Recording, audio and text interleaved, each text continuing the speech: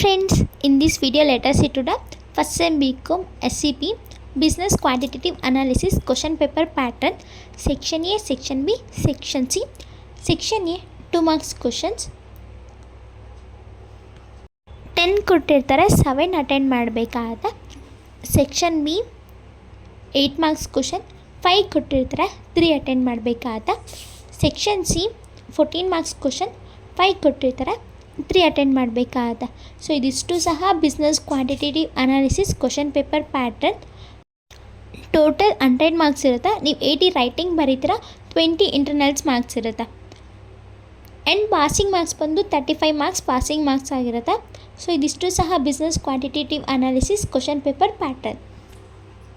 Next ವಿಡಿಯೋದಲ್ಲಿ important questions upload ಮಾಡ್ತೀನಿ.